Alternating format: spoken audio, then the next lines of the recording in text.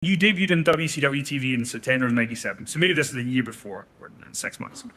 Was there any part of you that felt maybe Vince McMahon at the WWF at the time thought that you bore a resemblance to Steve Austin? And that's because the Steve Austin thing never played into it. I love Steve to death now. I never knew him back then. I never knew the transition that he made from stunning Steve to this, to that, because I really wasn't a big fan of wrestling at the time. I was a football player, man. That's all I did. That's all I cared about, man. No, the Austin thing didn't play into anything. I didn't think about that until right now, honestly. So it was just a familiarity I had with Bischoff, with Diamond Dallas Page, with the Steiners, with guys who could come down to the training facility and then lend a hand and make me feel more comfortable. I mean, let's be honest, I saw them out at bars 10 years before I became a wrestler. I played for the Falcons. We were professional athletes in the same city, so we crossed paths many a time. And because everybody who's here at the meeting earlier can see you are. I'm not sucking up to you. You are one of the best people around. Like you go above and beyond, and it's not just out here. He does get hangry. I'm not gonna lie to you. Excuse me, does it look like I'm on 1,500 calories a day? I do that at meals. So. But what? Because I remember one of our crew leaves in Merchland, and she was trying to describe you to someone who wasn't a wrestling fan, and she said, "He looks like he would kill you, but he's an absolute sweetheart." That was her description of you. And that's okay. Yeah, I like, but you know what? And thank her and thank you very much for noticing that. But I'd like to be the best wrestling character in the world is one that is a true extension of the person playing that character. So WCW, WWE, WWF, whatever, when you saw me in the wrestling ring, that was me, full blown. But when you saw me outside of the ring, that was me too. It's just a different part of me at different times. But how tough was that? So you're that guy.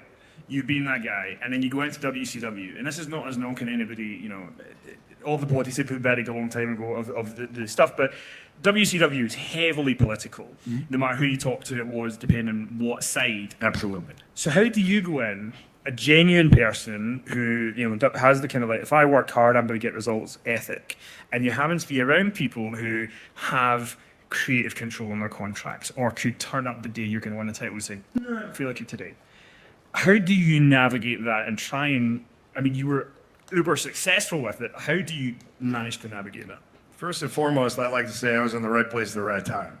No matter my thought process at all, Hogan needed somebody to be afraid of. And Hogan needed somebody, the NWO needed somebody to come after that would stand for none of their crap, and I just go after. That was the character that I was. That was the person that I was. And, at the end of the day, if you're in a setting that's mostly controlled by politics, there's only so much you can do. So my adage is you're only as good as tomorrow. Yesterday's, it doesn't matter. So you got to work your ass off every single day. So if I went in there and if I gave 110%, then they couldn't stop me from succeeding.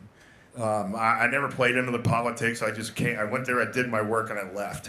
That gave people the impression sometimes that I thought I was above them. But the reality is I looked at it as just a job. Right when I got in, it was it was something that earned me a living. Sure, it's easy for me to say that when I'm out there destroying guys in 2 minutes or less, and everything's all positive. I didn't see a lot of the downside. There wasn't, for a guy who was 173-0. I didn't have much to complain about. But the fact is that if I went out, I did my job, and if I was that invincible guy, that monster, then it would bode well for them / the business, and so everything would be great. The politics, you can only do so much. You can't beat yourself up about it. You can't complain. You can't get caught up in it because at the end of the day, you can't do anything about it. So you give the best that you can and hope for the best. And if that doesn't work, then we just headbutt everybody. And all of those worked.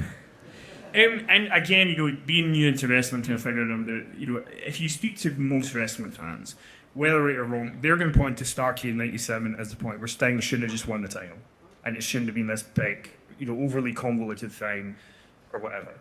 at that point when that's taking place, you're on the rise. You're starting to get a lot of traction. You've been there for 3 months. You're squashing people and stuff.